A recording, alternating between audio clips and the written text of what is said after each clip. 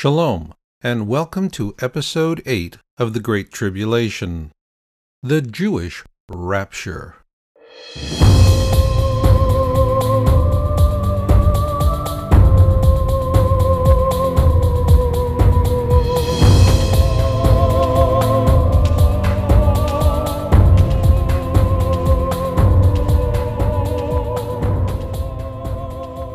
I'm your host, Marshall Masters, publisher of Jesus and the Third Temple, and this 13-part series is made possible by Your Own World Books and features author Robert Ryland. And now we begin with the first part of Episode 8, the Jewish Rapture.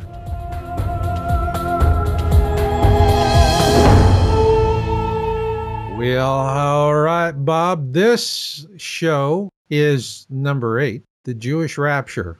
Actually, 8's a good number if you're Chinese and Jewish, because 8 is something that always comes with money. So, hey, we got that working for us, right? It's a number of new beginnings. It's the number of new beginnings, yeah. And so before we get into the Jewish Rapture, because I'm sure the Jewish scratching their heads going, we don't have a rapture. Where's this coming from? So with that in mind, explain to the listeners out there, from a Christian perspective, what you believe is important about the Passover meal. The Passover is, of course, the first of the 7 feasts. And during the crucifixion and the resurrection and so forth, 4 of those feasts were fulfilled. Mm-hmm. And there are therefore 3 remaining. And first of the 3 is Rosh Hashanah, and that's where I described the Jewish rapture. And I believe that the Jewish listeners, as well as the Christian listeners, will be really surprised at what we come up with, because I've never heard anyone mention these verses myself. Well, Bob, I'll tell you, I'm sitting here looking at the say what meter, and you got it pegged. Have at it. I want to go back to what you said about going to Christians attending Passovers. In the law, it is not permissible for any uncircumcised person to attend a Seder. So the Christian Passovers that I'm referring to have been given in churches, in Christian churches, or maybe they invited a Jewish person in to act as a consultant. Uh-huh. That's something to keep in mind, because if I'm invited to a Seder, I should really tell them that I really appreciate it, but are you aware that's against the Levitical law? And woo. Yeah, but if you do, they'll probably say, here's the name and telephone number of a good moil. Yeah, it has to be done tactfully. There you go. One question you asked here is, in the Haggadah, has the Passover always been like now? Well, not even the Haggadah was like it is now, because it started during the Exodus, and Messiah hadn't even been talked about directly, except in very implied terms. Right. A preacher could show you several places where that is. But Daniel's prophecy, for example, hadn't been made yet, where he told when Messiah was going to come, and which we discussed earlier. So that's one difference right there, is the Haggadah. If they even had a Haggadah in those days, they probably just memorized everything. But the matzah in those days was much thicker than what we have now, and I think that's just because of the crude way in which they made it, and probably the crude quality of the flour that they used. That was really more like if you go get artisan bread at the store, the really good stuff and made by hand. Yeah. It's thicker, tougher, chewier, tastier. There you go. The matzahs we get today are basically, to me, big saltines without the salt. Exactly. I can burn the same way. I, for one, I would really love to have a good old-fashioned matzah like they ate in the Sinai. Maybe if you went to one of these Lubavitcher services, you might find that. Oh, yeah. They might go back that far. All right.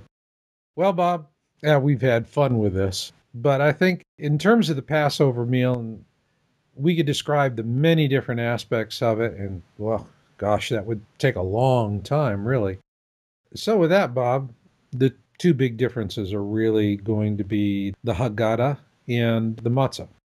So I think you came across something in your research with regards to the Haggadah that was very interesting. Why don't you share that? Yes, that was Rabbi Max Stauber, Hmm. who was a friend of Vendel Jones, whom we spoke of earlier. Right. And he found an ancient Haggadah Hmm. in Central Europe in a synagogue, and it showed the Father's place setting and the whole array of the table, Hmm. and described the way the Father's place setting should be. I mean, the way the matzah wafers were laid on his plate. And there's some very significant things here. Yeah, it has to be done exactly right. Exactly. As a matter of fact, most homes, if you go and you'll see a Passover plate, they actually have pictures of everything and exactly where it's supposed to be on the plate. There's a lot of symbolism. I've seen those. And they are arrayed in 6 points. Yes. There's something you could take from that. Okay. But what he found was that the first matzah was laid down on the plate, pointing toward the world, which was the rest of the people at the table. Now, the only way you can point with a wafer is if it's triangular, so it would have a point on it.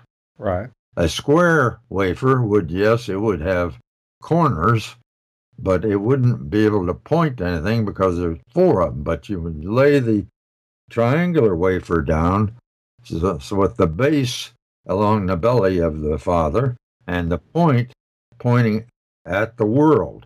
Hmm. We Christians term that as a symbol of Messiah Hmm. sent to the world by God. And the second wafer then is laid on top of the first wafer, only this time the point of the triangle is pointing at the Father's belly and means like he's returning to God, Hmm. returning to heaven. The Father's place is God in heaven, symbolically. Okay. Then the third wafer is pointing again toward the world. And so there you have the return of Messiah to the world.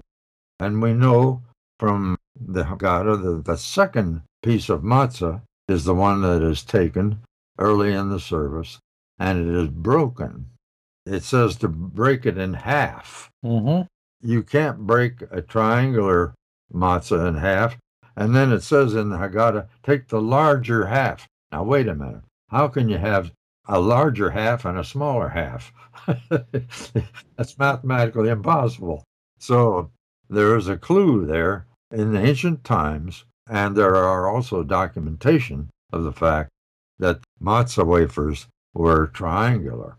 And then later on, evangelical ministers got a little bit too zealous and very untactfully approached rabbis about this fact of the Trinity that's represented there. And the rabbis, I can sympathize with them greatly, that they termed that as a threat to their faith and their procedure. And so the best way to solve a problem is to eliminate it. Yep.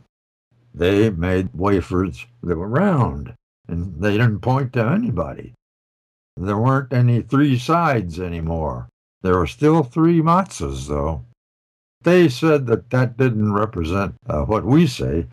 There are 3 divisions of the Jewish people: the Kohanim, priests; Levites; Israel, everybody else. And this was a ruling from Rabbi Gamliel I, Paul's mentor. And they pointed that's what those 3 matzah wafers represented. There's also with the triangular matzah, it was the way they're laid out. Right. I know. Demonstrated this to groups, and when I hold up those matzahs, they say, "Oh my God." Yeah. Nobody knows, where I read, where the symbol for Judaism came from, Magen David. But I think I know. Yeah, and I think you found something here that's really, really fascinating. And, of course, I mean, it can be open to interpretation. And I think that's equally interesting. And so the rabbis are finding a clever way to just sidestep the whole issue. But then again, on the other hand, they're dealing with folks that are saying, well, we don't get into that Jewish stuff. So, I mean, for the rabbis, they're going, well, are you or are you not into the Jewish stuff? So the end result is a response that goes both ways. And, frankly, I don't excuse either. That's what I hope our book does, Marshall. I hope it brings Jews and Christians together along these lines, these things, like the Haggadah. Mm-hmm. There is a Christian picture there, and there is definitely a Jewish picture. Mm-hmm. They have connections. Like the second matzah is broken, and the Christians, our view of that is that represents Messiah, whose body was broken. And in fact, Jesus said that, eat this bread, which represents my body. Mm-hmm. It's hidden, but in the Jewish sense, it's hidden away wrapped in a cloth, Right. sort of a game. Yeah, the kid's got to go find it. Two completely different pictures of this one very important part of the Haggadah ceremony. Mm. I would like for Christians to see the Jewish picture of it, and for Jews to see the Christian picture of it. Maybe we'd take out some of the misunderstanding that exists. Works for me. And I think we've really come on a good full circle here with the matzahs. And in the next segment, let's get into the Last Supper and the Seder. In other words, the Jerusalem Seder after the crucifixion, because we've set the stage. Okay, great. Let's do it.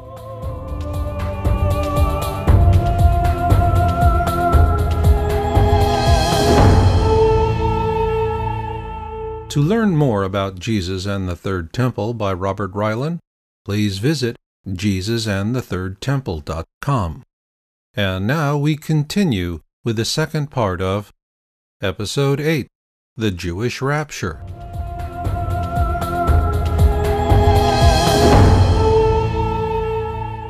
Well, Bob, in this segment, we're going to talk about the Last Supper, the Seder, that happened after the crucifixion.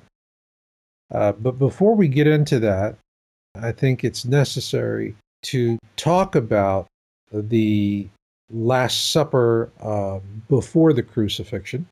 There's very specific laws, Jewish laws here, and they apply, and these are the very same laws that Yeshua would have observed. Yes. With that, let's start with the Last Supper before the crucifixion. The Seder was actually the Last Supper. We know that because Judaism required that the only authority that could determine the first day of the month was the rabbinical authority in Jerusalem. Mm-hmm. That was the center of Judaism for the world. Mm-hmm. And so outlanders, like Galileans, for example, whom Jesus and most of his disciples were, they were therefore permitted to have their Seder on that day before. It's like the Jewish mama would say, better you should be a little early than late. And so that tradition holds today. Outlanders are permitted 8 days of unleavened bread, so they won't miss it. They start out on the 13th of Nisan, in case they didn't get the right day for the first of the month. Whereas in Jerusalem, no. They know the first day of the month, and they have their Seder on the 14th, and that's it. Actually, the Seder is not on the 14th, it's on the 15th. It starts on the evening after you kill the lamb. That evening you shall eat it, it says. So that's the 15th of Nisan. Uh-huh. And it says that is a Sabbath. Thou shalt do no servile work therein, for it is consecrated unto the Lord. And so that 15th is a Sabbath. There's a big argument that I told you about earlier that between the rabbis, some rabbis, the Sadducees, for example, felt that it should be the first fruits should be on the first day of the week following the weekly Sabbath, what we call Saturday. Whereas the Pharisees said, no, no, no, no, no, no. The Sabbath that it's talking about, the first fruits follows, is on the morning after the Sabbath, which is the 15th of Nisan. And therefore, the Feast of First Fruits is always on the 16th Nisan. And that's when you wave the grain of the first harvest before the Lord. So we have an argument there that goes on even today. That's remarkable. Who's doing the arguing? It goes on even in Christianity, but mostly in Judaism. Now, like you say, referred to Reformed Judaism, they even invite Gentiles, the whole community, into their Seder, which, as I pointed out earlier, is no uncircumcised person shall eat at the Seder, strictly for Jewish people. In fairness here, let me just describe how Orthodox and conservative Jews describe Reformed Jews. According to Orthodox Jews, Reformed Jews are Unitarians with the Torah. Even in Christian eschatologies, you have your disagreements, right? Certainly. Oh, boy, do we ever. Yeah, I've noticed. There are several schools of thought. Oh, yes. But when you look at the words and they don't interpret them, you look at what it says, you come up with one solution. Okay. And that's the one we'll address. All right. Going back to the Seder and the 8 days of unleavened bread, that was why Jesus and the disciples had their Seder on the night before, whereas Joseph of Arimathea was preparing Jesus' body into the tomb so that he could get home in time for the Sabbath before the sun went down. Now, people think that that was Saturday, and it was. Jesus pulled this off so that it satisfied both the Pharisees and the Sadducees by having the Sabbath on the Sabbath. It came out the 15th of Nisan, just happened to come out on the Saturday, on the weekly Sabbath. So he satisfied everybody. End of argument. That reminds me of a great bit of wisdom from the Catskills and Jewish comedians. Booby, it's all about timing. That's right. That's certainly true in the Bible. It's all about timing. Absolutely. So here we have this pretty well established, and that, I think, now takes us into discussing the Seder that occurred after the crucifixion. The Seder that occurred in Jerusalem, which would have been after the crucifixion, was the regular Seder, as I explained before, because the local rabbis had the authority to proclaim the exact date of the 14th of Nisan when a lamb was slain. And it's significant to go back a little bit when Yeshua entered Jerusalem. That was the 10th of Nisan, and that was the day on which the lamb was selected. He was examined to see that he was perfect, and he was selected for among the flock to be the Passover lamb. And sure enough, Jesus went into Jerusalem, and the rabbis questioned him, and they couldn't find any fault with him, but they tried, and so they made up a conspiracy. But that was the day on which he was selected by the priests. Hey, we got to get rid of this guy. And that's significant that happened on the 10th of Nisan, which was the same time, like we say, timing is everything. The same time as when the lamb for the Passover was selected. That is important. Could you go into that a little bit more in detail as exactly why that was important? because it's called for in the law. You shall pick the lamb, a perfect lamb without blemish, Mm-hmm. on the 10th day of Nisan. Mm-hmm. You shall kill it on the 14th, and you shall eat it on the 15th in the evening. Mm-hmm. That's right out of the Torah, actually. Okay. Jesus was fulfilling the law by this timing, which is all important, as you pointed out. 10th of Nisan, he fulfilled that verse, that requirement in the law for selecting the lamb, and he fulfilled on the cross on the 14th the killing of the lamb of God in this case, and then he was in the grave to fulfill the Feast of Unleavened Bread. He was in there, what we would call Saturday. And then on the next day was the 16th of Nisan, and that would be the Feast of First Fruits. And you may want to go into that a little bit farther on. No, let's go into it now. All right.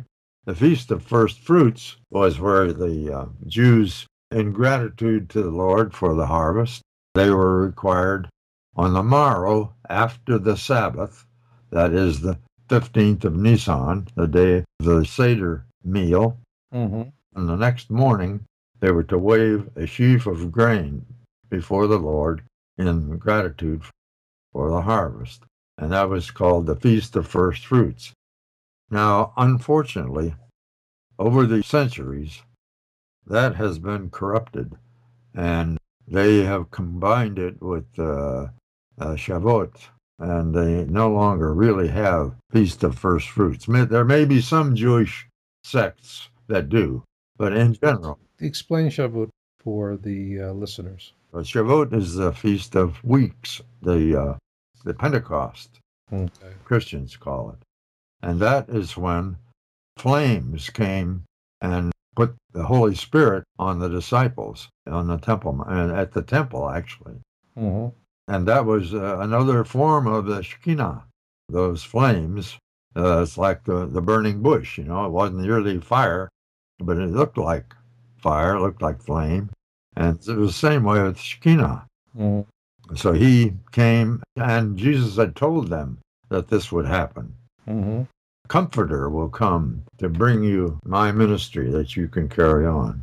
And he did that. But today, in Judaism, as I say, the Feast of First Fruits is not really observed, except maybe in Jerusalem. I don't know. Okay. But here in the States, for example, what I have read, and have talked to a couple of rabbis, they don't observe that anymore. And it's too bad. Okay. Well, we have a few minutes left in this segment. So why don't you project ahead? We've been talking about the criteria around fulfilling the feasts, and we've discussed the ones that have been fulfilled so far. Are there more feasts to come that must be fulfilled? And if so, what are they? Yes, there are 3 more. First of all, I'd like to detail the criteria for the feasts that have been fulfilled up to now.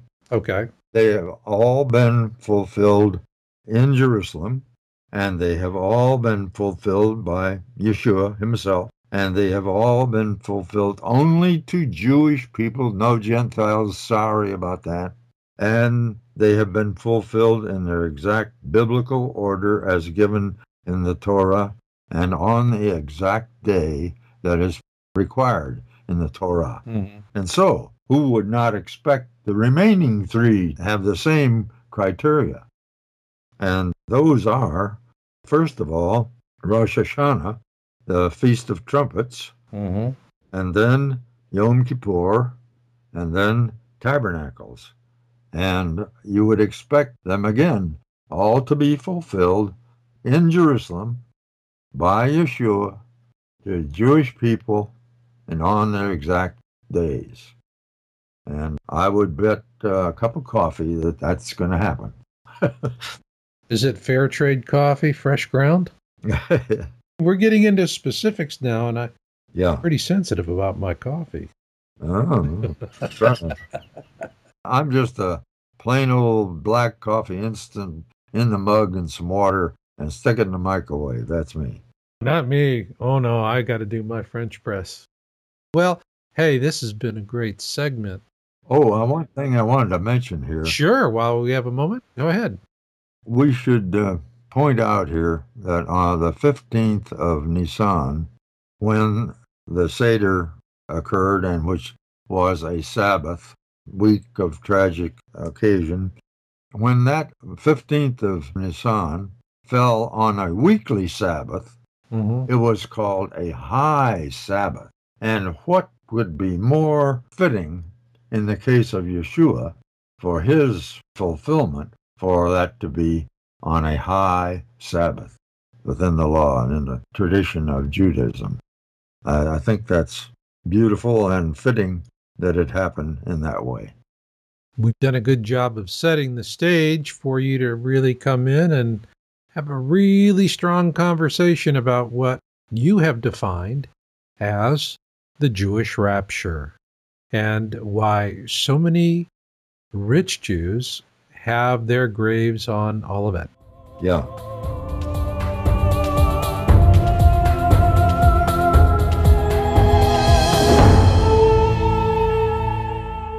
To learn more about Jesus and the Third Temple by Robert Ryland, please visit JesusandTheThirdTemple.com. And now we continue with the third and final part of Episode 8, The Jewish Rapture.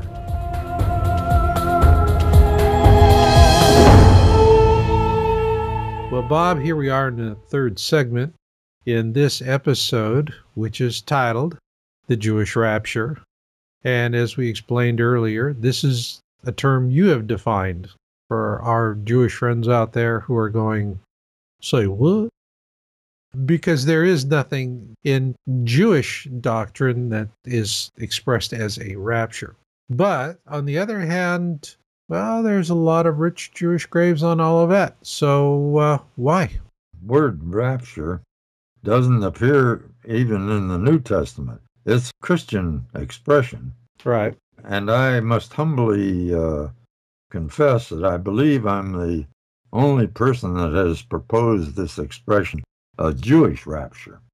But as we describe it, I believe that Christians and Jews will recognize why I came up with that or how I came up with that term. We're all ears. There are about 4 or 5 places in the Tanakh, 2 or 3 places in the New Testament where it speaks of this particular event. All right. And my favorite is in Isaiah 27:13. And it says that on that day, great trumpet shall sound. Oh, trumpet, huh? This is on the Feast of Trumpets, which is another name for Rosh Hashanah. And I will call you up out of your graves, or I will call you from the north. I will say to the south, give up my people. I will say to the east, let my people come forth. And this is several places, not in all the same words, but he's talking about bringing them to Jerusalem on Rosh Hashanah so that they can be there to greet him and welcome him on the 10th of Tishri, when Yom Kippur, and they will look upon me whom they have pierced, and they will mourn for him as one mourneth for an only son, and they will atone like they have never atoned before, because their Redeemer is there, and they're looking at him. And it says in Zechariah 13, and one shall ask him, what are these wounds in thine hands? And he will say, those I received in the house of my friends. The arrival of the Jews in Jerusalem is a mystery to a lot of Jews. Many of them think that, wait a minute, I live in Southampton or Poughkeepsie or San Francisco. You mean I'm going to have to burrow through the earth? Because it says, we shall break through the soil and rise to meet him. I'm not going to be on the Mount of Olives. I'm going to be, like I said, in San Francisco or Poughkeepsie. I mean, burrowing through the earth, that could be painful. They're actually serious about this. So the rabbis say, well, first of all, let's talk about the Mount of Olives. You ask me, why are so many wealthy Jews buried at the Mount of Olives Jewish cemetery? Olivet, or is it olives? Sometimes it is called Olivet, and sometimes it's called Mount of Olives. Okay. What's the difference? No difference. Olivet is sort of an abbreviated expression for Mount of Olives. Oh, it's how they say it in San Francisco. Yeah, there you go. People who are buried in that cemetery in the present day have to pay around $80,000 for a little space about a little more than a foot long and about 8 inches wide in order to place their ossuary, which is a little box for their bones, on the Mount of Olives and buried beneath the soil. Wow, does Donald Trump run this? Donald Trump is not Jewish. Yeah, but his daughter married Jewish. Oh, okay. Oh, maybe he's got an angle here, right? They're running out of space up there. That's what this is about. Yeah, This has been going on for how many thousands of years? yeah. So the rabbis say, well, not to worry. And even in the Shulchan Aruch, which is an interpretation of the law, Mm-hmm. and it's very specific. It tells you you shall do this, then that, and then this, and the da da da da. And it tells how the burial cloth shall be placed over the corpse. And they get some soil from the Mount of Olives, and they sprinkle that on the burial shroud. And a deal is a deal, right? Right. We shall break through the soil on the Mount of Olives where Messiah is going to come, the Redeemer. And Mount of Olives, if it happens to be in Poughkeepsie, it's still the Mount of Olives. Ta-da! Ta-da. But anyway, they're going to be raised up, according to all of these verses that I mentioned earlier. Mm-hmm. In Isaiah 27:13, they're going to be raised up out of their graves or wherever they are and brought to Jerusalem to regard and to worship and to atone for Messiah, Okay. for their sins. Okay. I think it's a beautiful occasion. As we said, people will see him coming Mm-hmm. days before. And when he arrives, every knee shall bow and every tongue confess that he is Lord. There won't be any doubt that he is the boss. I was occasioned to witness Jewish burial, Mm-hmm. and they did this exactly in the way that is told in the Shulchan Aruch. There was an Orthodox rabbi that was conducting the service. Mm-hmm. He was going to make Aliyah the next day with his wife, and I got to talk to him seriously for quite a while. He was really open to talking to a Christian about these kind of things, which was very heartwarming to me. He didn't have a clue about this tradition, burial practice, and so forth. I mean, that's the way we've always done it. He didn't know why. Mm-hmm. See, they don't have to go through that in Jerusalem. After your bones are available and have shed the tissue and so forth, they put them in the ossuary and they take it up there to the Mount of Olives. And if you have a place reserved for you, and they stow it away. So this word ossuary came up a few years ago. Mm-hmm. Someone claimed to have found an ossuary of James, the brother of Jesus. And you may have read about this. There was a big controversy about it. But there is inscribed on that ossuary, which is a stone box. It is inscribed on there with those words in ancient Hebrew. I remember that story. I think Jacobovitz is the archaeologist, and they found these ossuaries, and they believed that they had found something that was really worth investigating, at least doing genetic coding on it. Well, that's a different story. Different story, but it was kind of a sad thing because what I noticed with these things is the minute you get into these kind of antiquities, what surprises me is that it's both Christians and Jews are doing anything to discredit and destroy the archaeologists that are doing this. Right. This is a third rail. I mean, this is like French kissing a power transformer.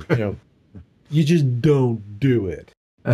So there might be a deeper story on that. I'd suggest go back and dig a little harder on that. Vendel Jones said that he could write a book about just the confrontations and the paperwork and the arguments, discussions that he had with the Jewish antiquities authorities while he was trying to search for the ashes out there in Wadi so-and-so and near Engedi. Mm-hmm. But after he discovered the cask of anointing oil and the ash, the incense cache, they were a lot more quiet. Well, nearly as much trouble with them. Well, once you produce the goods, it's hard to argue. Yeah, he showed that he was for real. On the other hand, though, and you alluded to this too, it's kind of political. I have observed that the archaeological profession, the most professionally jealous people that I've ever come across. Now, there are probably some professions that would argue with me about that. But just from what I've seen in Biblical Archaeology Review and in my studies with Vendel Jones and so forth, I've come to that conclusion. Vendel told me when I was whimpering and whining when I first got into this about the rocks and missiles that I was having to dodge, and he said, Bob, you should count it as a badge of honor. Yeah, there you go. When it comes to manipulation of this sort, I don't see where science does any better job than religion or vice versa. I see they both have their own sacred cows. Yeah. With science, it's really the same thing as in theology. It's really about how do you elbow up to the funding trough. Well, I've told you about in engineering. I've run into these doctrinal thinkers. We've always done it that way. That's right. Well, always done it that way. We've always been doing it wrong, but one of the things that I found really humorous, somewhere, I don't know, maybe around 2004, 2005, I stopped seeing scientists trying to explain and rationalize everything. And when they just didn't know, they'd say, we didn't know. That's hard to say. That hurts. It's the hardest thing to say, but it's equally hard to say for theologians as well. You're not going to learn anything until what you know that you don't know. I like a medical doctor that says, I don't know. That's right. Well, do you know why they call it the practice of medicine? Yeah, they're practicing. They're always practicing. Bingo. Okay. Well, this has been a great episode. We've really had a lot of fun with it. And our next one coming up is episode 9, Jewish Days and Nights, as in 3 days and nights. That is, boy, 3 days and 3 nights. It sticks in people's minds, and we're going to cover that in our next episode. You up for that? Yes, sir.